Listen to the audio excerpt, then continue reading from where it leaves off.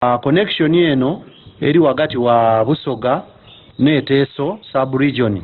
Tusuubira ebyobusuubuzi okubanga bijja kubanga byeyongeramu era twasuubira erala n'okubanga ebyenfuna bijja kweyongeramu mu kitundu kino. Olunaku lw'eggulo twakulaza abantu b'e Bukungu mu disitulikiti ey'e Buyende nga babuganya essanyu oluvannyuma lw'okufuna amawulire nti ebidyeri ebize bibasuubizibwa bituusibwa olwaleero. Kati bukyanga lubanga lwa Mmindi gavumenti etuukiriza obweyamo bwayo okufunira abantu b'e Buyende mu Busoga, ab'e Kalamayido ne Serere Teso entambula ey'okumazzi.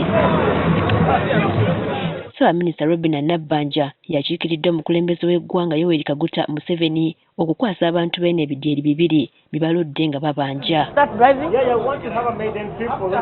Mu bubaka Pulezidenti bw'atisse Minisita Nabbanja, Museveni ategeezezza ng'entambula ku nnyanja Kyoga bw'egenda okuyamba abantu b'omu kitundu kino okukendeeza ku ngendo z'abadde batambula, okwetooloola n'okutumbula ebyenfuna. It is an economic instrument.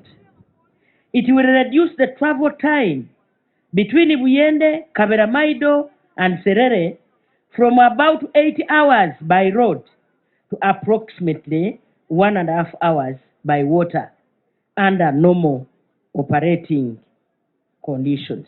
Okusinza ku mmyuka wa Ssaabaminisita asooka Rebecca Ayitwala Kadaga, enteekateeka z'okuzimba ebidyeri bino zaatandika dda ng'akyali Speaker wa Paalamenti. I was here in 1990 when the President made this pledge. I was present here. So it's something that we talked about all these years and campaigning to ensure that it happens. So I'm really, really happy that has happened in our time. Minisita omubeezi avunaanyizibwa ku by'entambula Fred Byamukama ategeezezza nti ssente ezizimba ebidyeri bino za muwi wa musolo era tekuli wadde ebbanja eryewoleddwa. Ate bwe beetikka feri tegenda kubuuza ani yawagira Museveni, ani yawagira NRM, ani ataawagira. Buli muntu ayingira. Mugenda kutambula bagenda e Kagwara. Bwemulaba agenda kulonchinga mwe mutuule ebatwala. Ate feri ya bwereere si ya ssente, si ya kusasula. Ebidyeri byazimbiddwa kampuni y'Abatanzania era buli kimu kisabaza abantu abasukka mu 3, mmotoka entono 14 ne lukululana emu. Omubaka wa Kasiro County mu Parliament Elijah Okupa asabye abakulembeze ba disitulikiti zino ebidyeri bino gye bigoba okuteekayo ekifo mmotoka we zisobola okutuukira n'okulinda ekidyeri. For these places, because there were challenges when we had the issue of domestic carriers, terrain services that were supposed to have completed the docking places for both Bukungu, Kagwara and Okile left.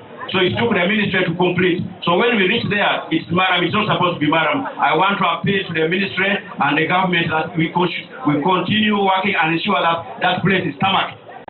Oluvannyuma lw'okutongoza ekkubo ly'oku mazzi lino, kati bano baagala gavumenti etandika okukola ku luguudo oluva e Kamuli okugenda e Buyende. To hand a road from here to Kamuli and from Kamuli via Isimbambulamuti up to Jinja. The contractors already reported it to us. They have already come to update us of what we will continue. My only prayer is that the launching of the 2 ferries and the coming of another important flagship project of the nuclear energy, which is worth more than 100 trillion, are going to be triggering factors to expedite on the execution of tarmac works between Kamuli and this place. Kagwara, Kaberamaido, Bukungu. Kagwara, Kaberamaido, Bukungu. Twagala nkula